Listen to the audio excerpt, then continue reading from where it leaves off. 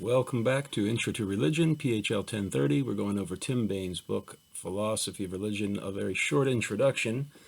And in this video, we are going over question number 6 in part B of exam 1. Do you agree with James or Rachel's reasoning about Abraham? Why or why not? So, James Rachel's, philosopher who lived from 1941 to 2003, he's talked about on page 22. This whole point, the point of this question is it compatible for a morally autonomous person to worship God? Does worshiping God and prostrating yourself before God belittle human dignity and violate our free will to choose to do what we think is right or wrong? So the story of Abraham in the Bible, this whole book limits itself to analyzing the concept of God as presented in the Abrahamic religions based on Abraham. And Abraham's most famous story is when God asked him to sacrifice his son, Isaac. God said, Abraham, sacrifice your son. Already it was a miracle that Isaac was born because his mother, Sarah, was, I think, 99 years old, and Abraham was even older, and in this late phase, they had a son. And now, after all that, kill your son. So Abraham got up, took Isaac to the top of a mountain, was getting ready to plunge the knife in him after tying him to a rock, and an angel held his hand and said, no, it was a test, don't do it. There's a ram with his horns entangled in some brambles over there. Sacrifice that ram instead. And so that episode is the foundation stone of the Abrahamic religions. But is it consistent with moral autonomy? Was Abraham acting slavishly when he was willing to murder his own son because God told him to? Or was he still maintaining his status as an autonomous moral agent and worshiping God to the point of willing to sacrifice his own son? So that is what the issue is here, and I'll read now from the book. So this is what Tim Bayne says on page 21. But although worship is absolutely central to theism, it has not received a great deal of attention from philosophers. This is somewhat surprising, for worship raises a great many philosophical questions.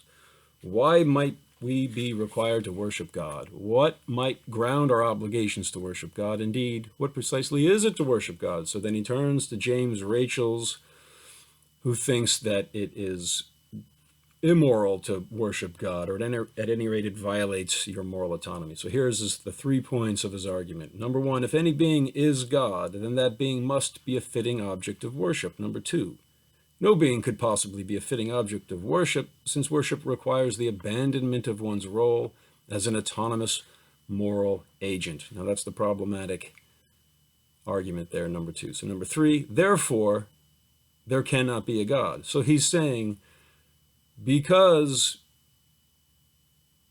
it would be immoral and abandoning one's role as an autonomous moral agent, if there was a God, you'd have to worship such a being.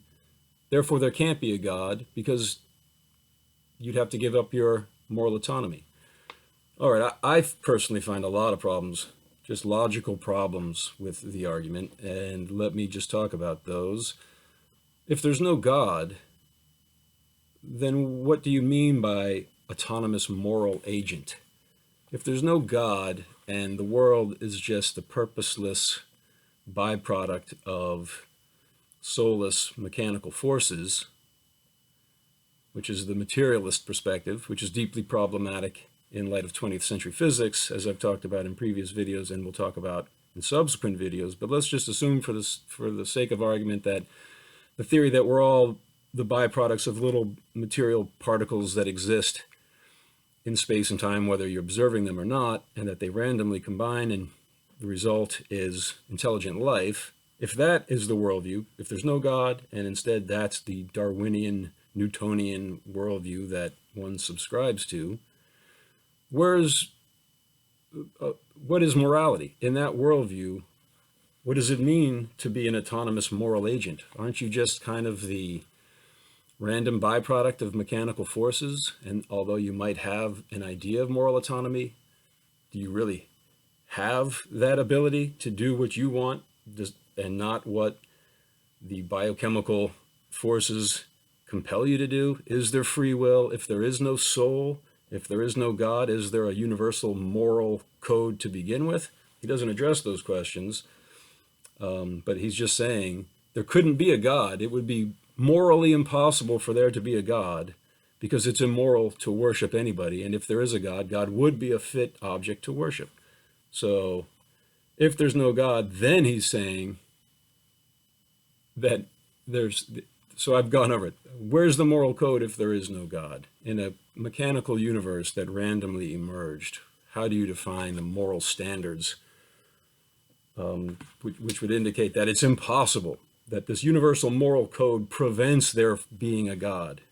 Because if there was a God, everyone would have to worship the God, and that would be immoral. So some moral force in the universe that isn't God prevents there from being a God so as to maintain the moral autonomy of people. I don't understand how that works. So I'm just going to continue reading here on page 22. Rachel's point is that even if the world was created by a being of perfect goodness, unlimited power, and so on, such a being would not qualify as the God of theism, for we would have no obligation to worship it. Indeed, it would not even be appropriate for us to worship it. The key step in the argument is premise 2, the claim that worship is incompatible with autonomous moral agency. Okay, so now at first the argument said there can't be a God because God would require to be worshipped, and that would violate moral autonomy, and therefore, for some reason, that would preclude the possibility of God's existence. I don't know how that, as I've gone over, I don't know why the fact that it would be immoral would make it impossible to be true, and what is your moral code? But even if there was a God, he's saying, it would be incompatible with autonomous moral agency to worship God. Okay, I mean, the point is, worshiping, it seems slavish. I worship you. You are my master. I do what you command. I can see how that seems to violate moral autonomy, but then the question is, how do you define God? Worshipping another human being, it's more clear how that would seem slavish, but if God is the supreme self in the hearts of everybody, as the monotheistic religion says, God is omnipresent, and omniscient. If God is everywhere, isn't God in you? Isn't God you? And if God is you, then surrendering to God isn't surrendering to someone else. It's surrendering to the true source of your moral autonomy. You could argue that. That would obviously be a theistic argument. And if there is no God, still the question remains, what is free will? In a soulless mechanical universe, is there free will there? And so that seems to me, there can't be a God because there wouldn't be free will. Well, if there's no God and we live in a purposeless universe, how do you define free will? How do you define morality? There would seem to be no universal moral code, and it wouldn't be absolutely morally right or wrong to do anything. It would be relative to your perspective. So, but I'm going to continue here on page 22, and here is what Tim Bain says. But the first commitment of a moral agent, no, this is what Rachel says. So Rachel says, the worshipper's commitment to God is priority over any other commitments which he might have.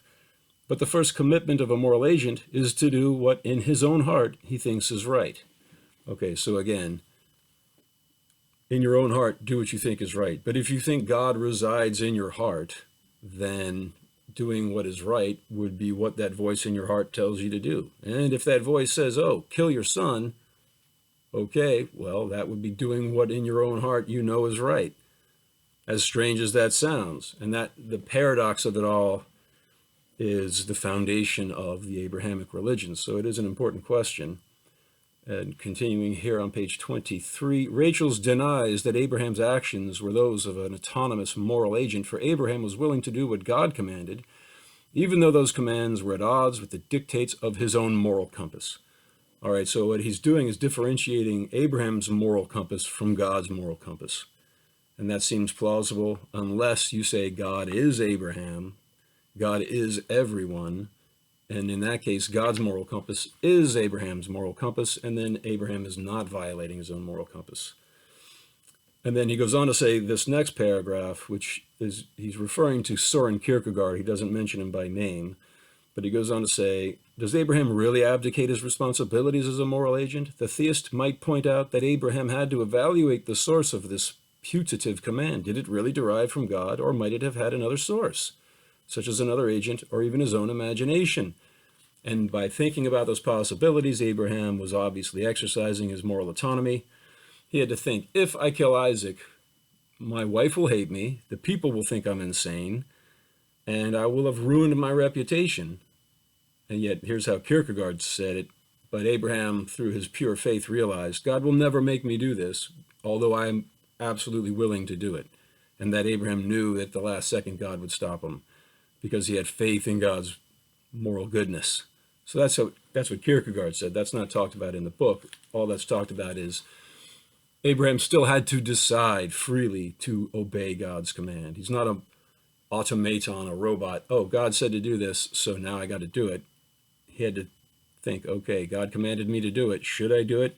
And then he decided freely that yes, he should. So now continuing here on page 24, Tim Bain says, but there is perhaps an even deeper tension between the demands of worship and those of moral autonomy than the one that we have just considered. The tension in question concerns the self-conception that is implicit in any act of worship.